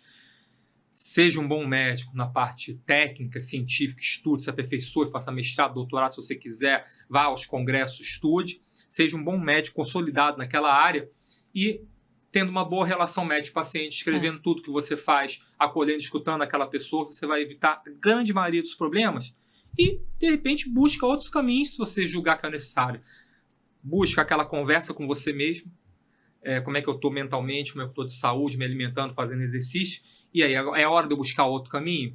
Temos gestão hospitalar, gestão de sistemas de saúde, temos programação, inteligência artificial, empreendedorismo, temos associação entre médicos, entre equipes, temos que fazer um consultório novo, buscar uma clínica, mudar de cidade, ir para uma cidade do interior, ou ficar na capital, ir para uma cidade média. Então, quantas oportunidades a medicina te dá, né? Na assistência, na gestão, na pesquisa, no ensino, da aula de faculdade de medicina, e você tem paixão por dar aula, ser professor, e começar uma carreira numa faculdade de medicina, ou buscar trabalhar com aplicativos, inteligência artificial e empreendedrismo. Então, estar sempre presente e olhar as oportunidades, né? E até, de repente, falar, olha, eu trabalhei já na medicina, agora eu quero... Eu tenho tino para empreendedorismo, eu gosto de finanças, eu gosto de ensinar médicos a ter um planejamento financeiro melhor. Vou fazer isso. O médico tem que ter isso, né? E buscar na sua vida. Agora, quem vê de ensinar isso, eu soube agora outro dia de um médico, tem médicos que são hoje em dia empresários, donos de corretoras de valores, né? Então ele agora é um financista. Tem um diploma de medicina, mas buscou outra área. Também isso é possível. Então é tudo maravilhoso, inclusive até buscar coisas fora da medicina. Seguir um caminho um tempo e saber que você pode mudar a qualquer momento, tem né? Muitos caminhos e a gente tentou falar de alguns aqui. E eu queria te agradecer, porque, como eu sempre falo em todos os podcasts, a informação eu acho que é o principal. Acho que a gente estava conversando aqui no começo, tem muita coisa nas redes sociais que são coisas que a gente vê que são coisas que não são muito legais, assim, por que não a gente trazer informações de pessoas que são comprometidas com a profissão, comprometidas com o trabalho, que tem um trabalho tão grande, tão bonito dentro da medicina, para trazer informação de qualidade, para divulgar informação de qualidade. Quanto mais pessoas souberem, quanto mais pessoas estiverem participando dessa rede de boas informações, eu acho que todos ganham, né? Todo mundo ganha. A sociedade ganha, a gente ganha. Então, assim, queria te agradecer pela presença, pela disponibilidade de estar aqui. E eu queria falar que a gente segue dando informação. No fim, né, todo médico, ele é uma pessoa, acho que é a principal coisa, né? Entender que o médico, ele é humano. Ele é um formador de opinião. Formador de opinião, e ele está ali buscando entender também o seu lugar, o seu caminho. Existe uma coisa que ninguém tira de você, que é a sua capacidade de escolher esse caminho. Como o Roberto falou, existem vários caminhos dentro da medicina. Ninguém vai tirar de você essa capacidade de escolher esse caminho. Carreira não é sobre você ser o melhor, é você procurar fazer o melhor sempre, com uma boa formação. É você ser coerente, é você ser constante, é você ser corajoso o suficiente para não abandonar você no processo, mas sábio o suficiente para também não assumir riscos desnecessários. Eu acho que isso é uma coisa muito importante. A gente sempre fala, né? Obrigada você que ouviu até aqui, obrigada, Roberto, por estar aqui presente. Eu que agradeço, estou à disposição para os próximos. Lembre-se, entre batidas sempre existe espaço para recomeçar, como a gente terminou com a fala do Roberto. Obrigada.